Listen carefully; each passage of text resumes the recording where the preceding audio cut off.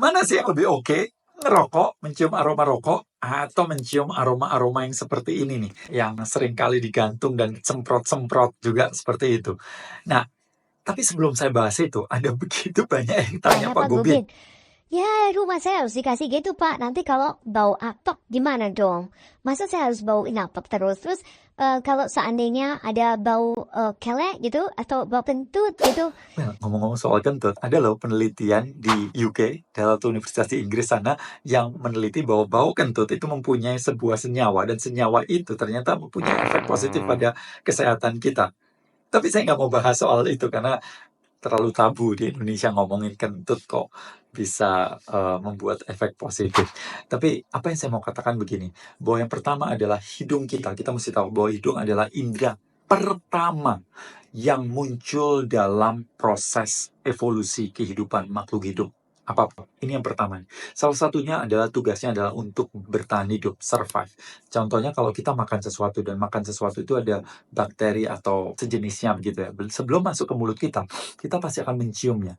Dan rasa itu kan banyak dari hidung, bukan dari mulut kan. Dan ketika itu ada yang nggak beres, Anda akan stop, Anda nggak makan. Sehingga Anda terhindar dari sakit, bahkan kematian itu sendiri. Itu yang pertama. Nah, ketika Anda masuk ke sebuah ruangan, dan ruangan tersebut ada tikus mati, apa yang terjadi? Apakah Anda menyemprot pewangi? Ataukah yang lebih baik kita mencari sumber itu, menghilangkan sumbernya? Tapi yang bagus adalah yang kedua, betul. Tapi apa yang terjadi? Kalau Anda punya ruangan itu terus-terusan mendapatkan semprotan kimia-kimia sintetis itu, apa yang terjadi? Anda mungkin nggak sensitif. Ada jamur di situ, ada lembab di situ, ada mungkin binatang mati di situ, ada benda-benda lain, kimia lain yang berserakan di sana, dan kemudian tercampur aromanya dengan sintetis, dan mungkin sintetisnya itu lebih kuat, dan akhirnya kita tidak merasa apa-apa dan baik-baik saja.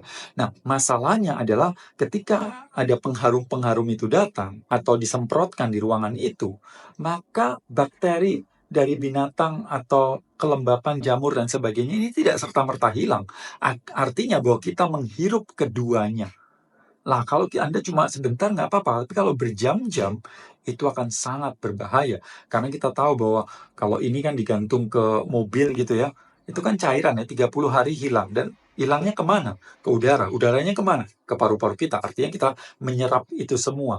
Dan memang sih, kita nggak akan menghubungkan antara sakit A dengan hal ini. Karena kita tidak terasosiasi di otak kita bahwa harum-harum itu menyebabkan sakit. Karena selama ini harum di otak kita adalah bagus. Harum itu natural. Harum itu sesuatu yang indah seperti bunga dan sebagainya. Sehingga apa yang terjadi? Kita nggak menghubungkan. Tapi kita bisa tahu bahwa begitu banyak orang yang mual, pusing dengan aroma-aroma tersebut. Dari situ kita bisa tahu bahwa ada yang nggak beres di situ. Dan dalam satu cairan-cairan ini tidak satu dua kimia, tapi begitu banyak kimia, bahkan itu sampai ratusan jenisnya. Dan itu beredar di semua produk customer yang mempunyai aroma-aroma yang kuat atau yang kelihatannya indah, harum, semerbak, dan sebagainya. So, apa yang harus dilakukan?